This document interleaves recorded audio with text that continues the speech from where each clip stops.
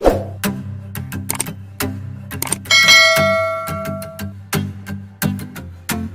Philippines, as recent data shows, is responsible for over 1/3 of the world's ocean plastic waste. 7 out of the top 10 rivers that contribute to ocean plastic pollution are in the Philippines. I was shocked to find out that the top plastic-emitting river in the world is the Pasig River. It has been decades since efforts to revive Pasig River began. Mental pollution contributed to the deaths of about 9 million people in 2015. By some to be a global crisis, the overabundance of plastics filling the oceans and landfills.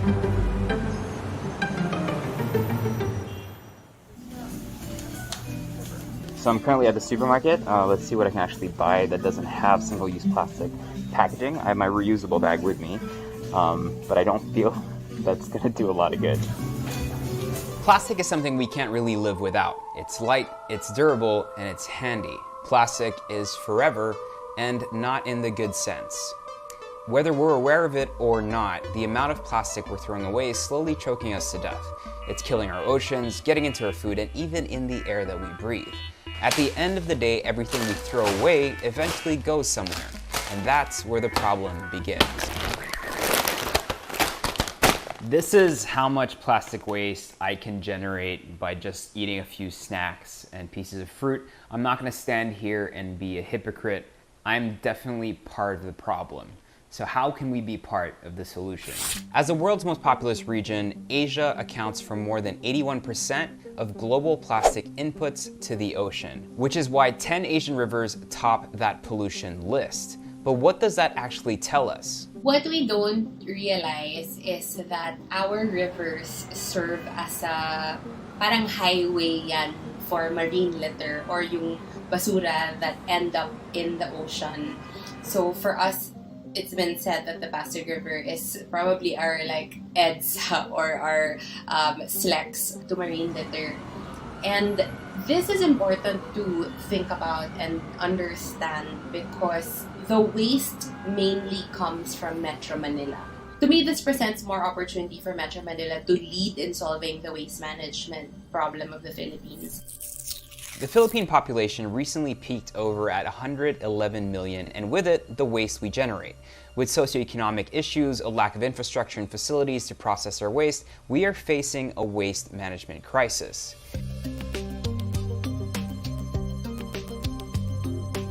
The amount of wastes that are being centrally collected is very small. From that study, we estimated it to be around just 40% is being collected. So 60% you're just leaving it up to the barangays, to the citizens on how to manage their waste.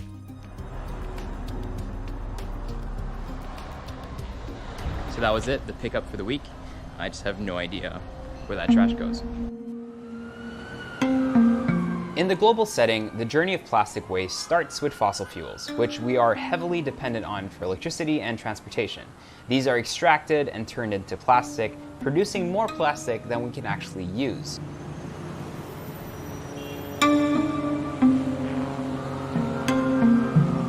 It's then pushed for consumption and ends up in countries like ours, where we are not equipped to deal with it.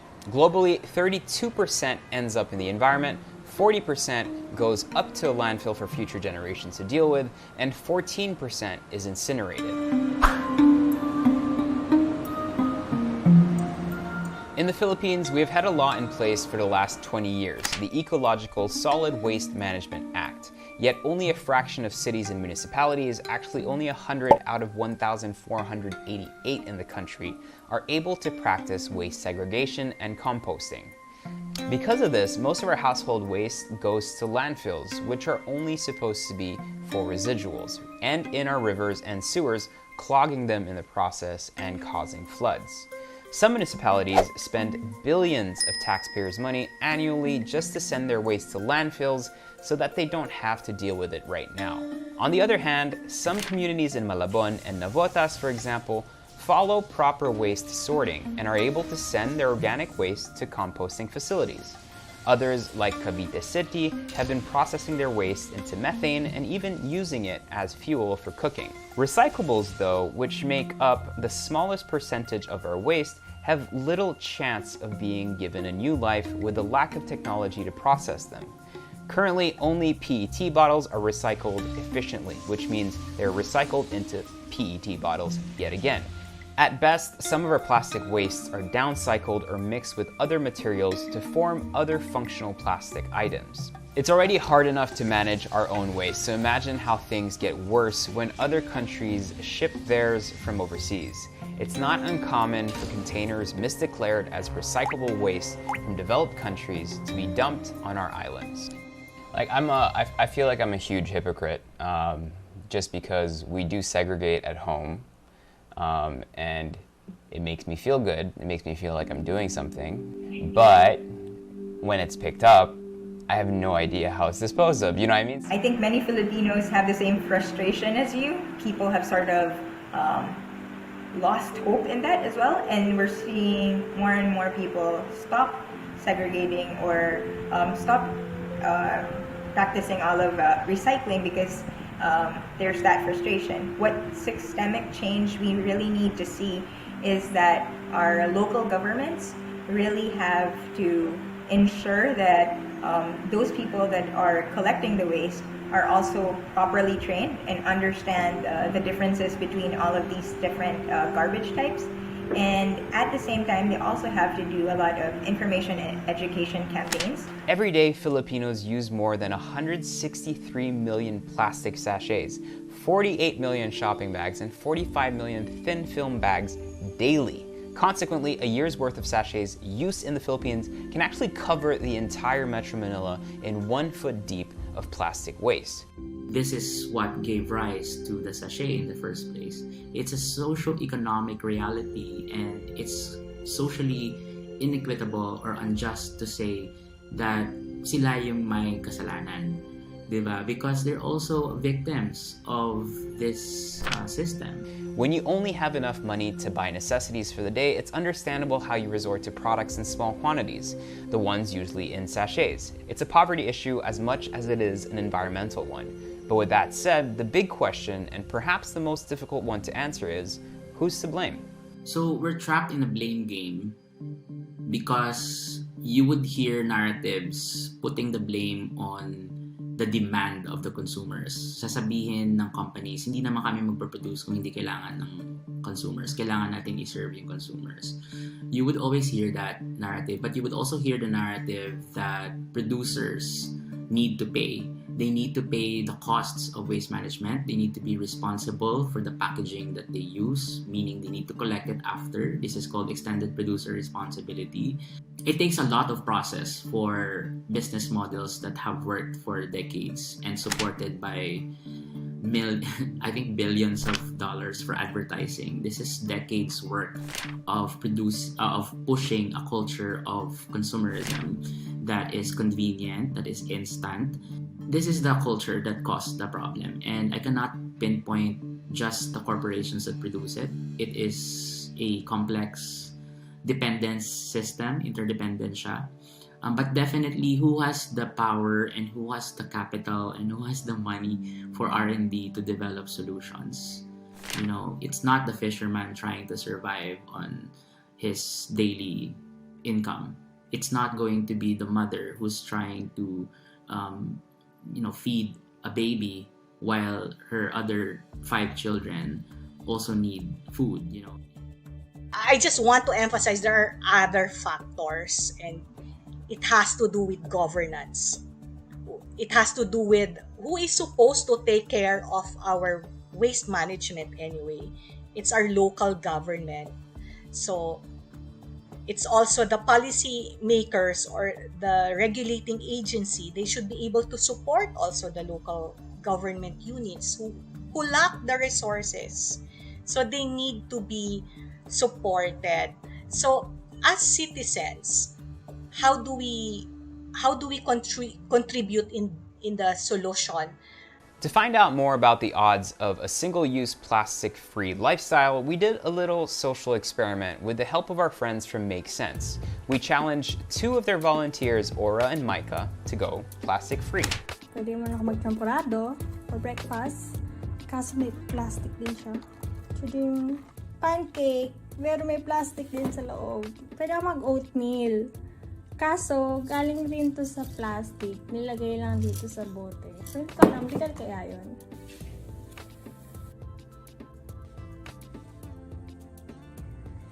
And here are the ingredients I will be using for my corn soup or chowder.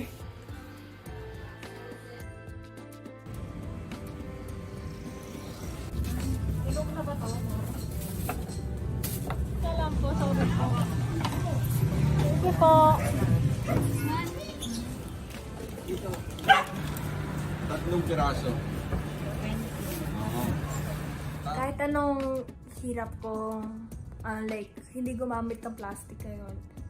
Gumamit pa rin ako ng plastic sa shampoo, sachet.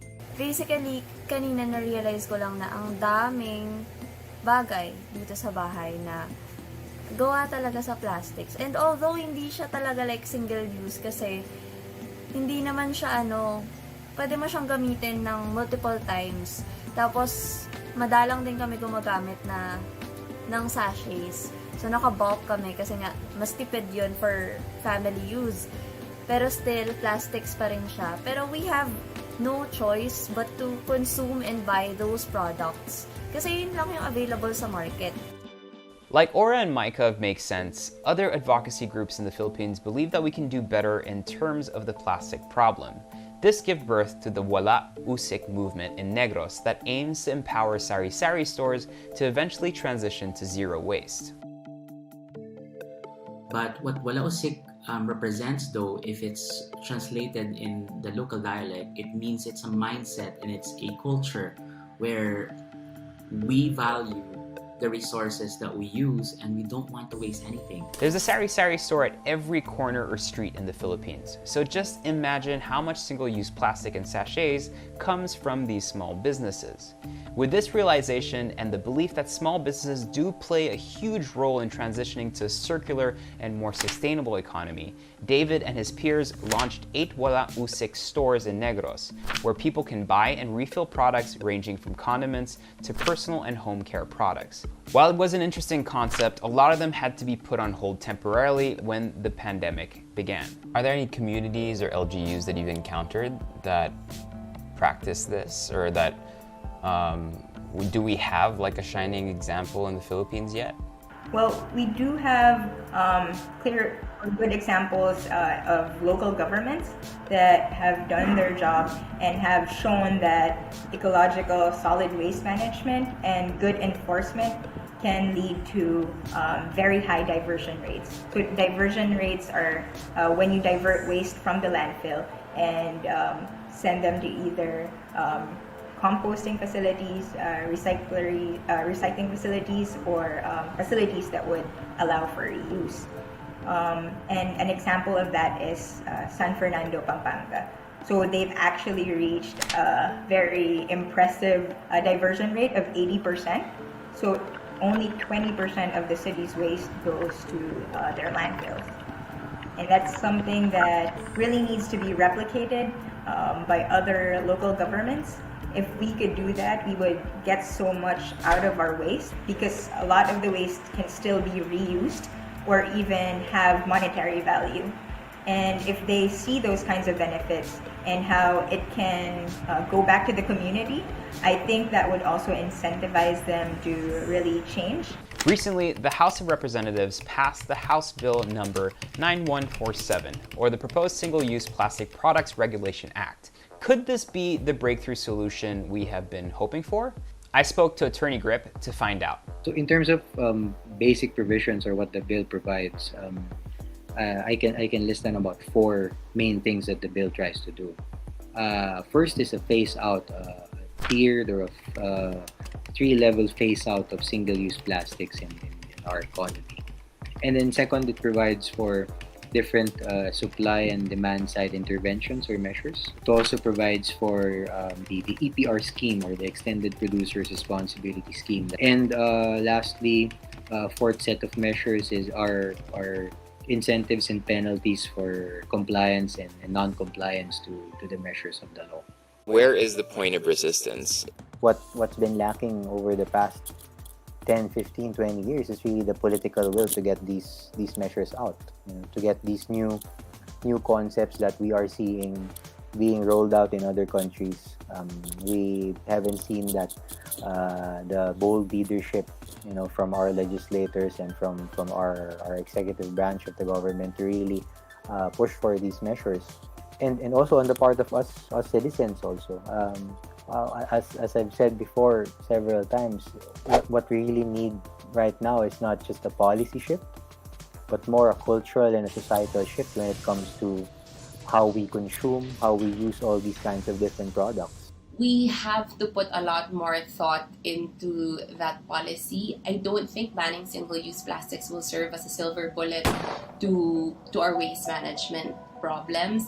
I think definitely there are a lot of unnecessary single-use plastics. I just have a lot of questions on how it's going to be implemented and how we are going to support the people who need to transition to other materials, and not just support financially, which is already a big piece of it, but also the mindsets and the behavior change that is required from all of us if this gets passed. And we don't have clear science of what the best alternative is. So for example, shifting to paper-based packaging also has its own consequences because it's heavier, which means more fuel will be used in transport. And if we can't even implement a law that's 21 years old, I have doubts about how we're going to implement new policies or upcoming policies.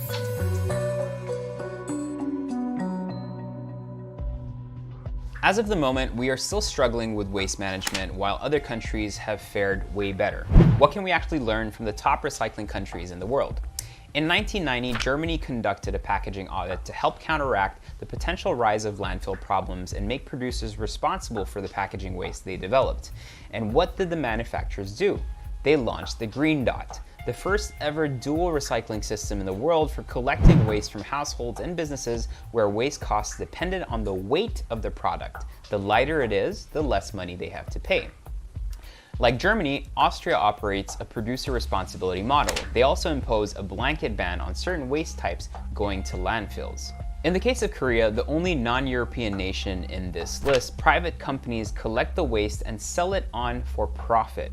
They also have banned colored plastics and PVCs since 2020, and they are set to phase out disposable cups and plastic screws completely by 2027. Finally, for Switzerland, they implement the polluter pays policy, where households and businesses pay for any non-recycling waste they produce, encouraging the public, manufacturers, businesses, and citizens alike to recycle. Another notable example that's not in the list is Japan, which currently recycles 90% of their waste, with communities separating their waste into 34 categories, which are then processed in recycling facilities. None of these will eliminate plastic waste, but it's a step in the right direction. The ultimate goal is to reduce the production of the waste, not just the usage.